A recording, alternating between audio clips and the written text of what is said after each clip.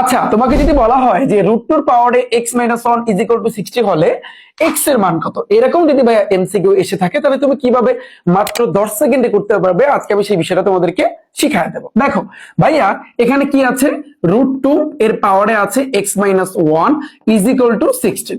এখন এখান থেকে তোমাকে x এর মানটা বের করতে বলছে। ভাইয়া তোমার টার্গেট কি? তোমার টার্গেট হচ্ছে কিন্তু x এর মান বের করা। তাহলে তোমার যদি এটা টার্গেট হয়ে থাকে যে x এর মান তোমার বের করতে হবে, তাহলে এই x টা আছে কোথায় দেখো তো। এই এক্সটা কিন্তু ভাইয়া পাওয়ারে আছে, তার মানে অবশ্যই তোমাকে এই পাওয়ার থেকে ওরে টাইনা নিচে নামাইতে হবে।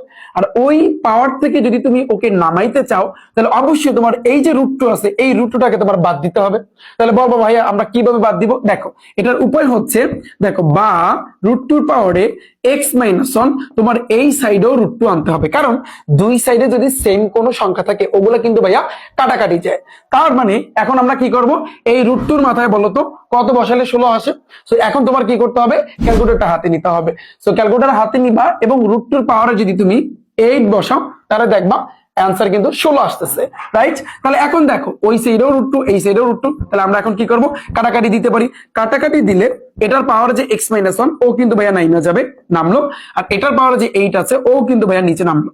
ওকে, তাহলে বা x টাকে তুমি রাইখা দাও, এই যে -1 ওই পাশে গেলে +1 হবে, তাহলে 8 + 1।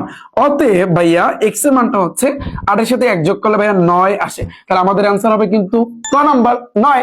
সো এইভাবে এরকম এমসিকিউ গুলো করার ক্ষেত্রে যেভাবে আসুক না কেন তোমার খেয়াল রাখতে হবে যে ভাইয়া তোমার টার্গেট যদি x এর মান হয় এইখানে যে থাকবে ওই পাশে কিন্তু তোমার সেম সংখ্যা আনা লাগবে। ওকে, সিম্পল।